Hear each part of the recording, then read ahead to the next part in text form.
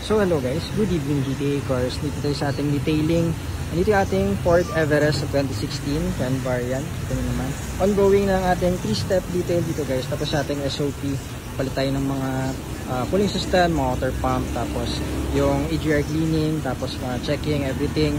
So ngayon, di-detail na siya pero hindi pa tatapos. Kita nyo po dito, ano to, red candy na color. Sorry, true red to. Hindi siya yung parang maroon. Kaya kita nyo, tingkad kintab. So naka-Raptor look na rin yung bumper niya. Tapos naka-all LED lahat, headlights and fog lights LED lahat. Tapos naka-black out, parang black edition. So black yung mga gulong and mirror. Siyempre tapos na rin sa ating paint shop. Yung detailing, ongoing pa yan, 3-step yan, may mga tape yan. Para hindi madami yung ating plastic parts. Pero kita nyo naman siya ngayon, kinis, diba? So yan yung ating Ford Everest. So ayan, mga tape. So ongoing pa yan guys. Para pulidong-pulido yan, mga plastic parts. So, pakita ko lang yung sa inyo sa likod. Trend variant po ito. Kaya, ano siya. Ayan, madumi pa yung mga salamin.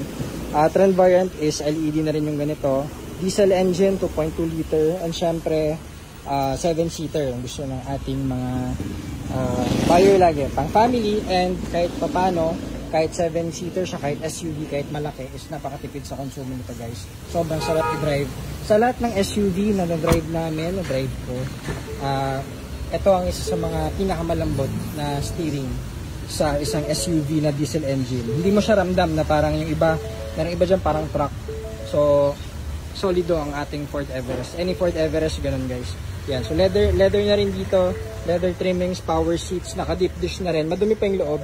So, tatapusin pa yung ating detailing yan. And may mga reverse sensor, tapos automatic climate control, kompleto po yan. Digital gauge, and ayun, so yun muna. Auto fold na rin yung mga side mirror niyan. So, tapusin natin itong Everest para ma-release na natin to tomorrow.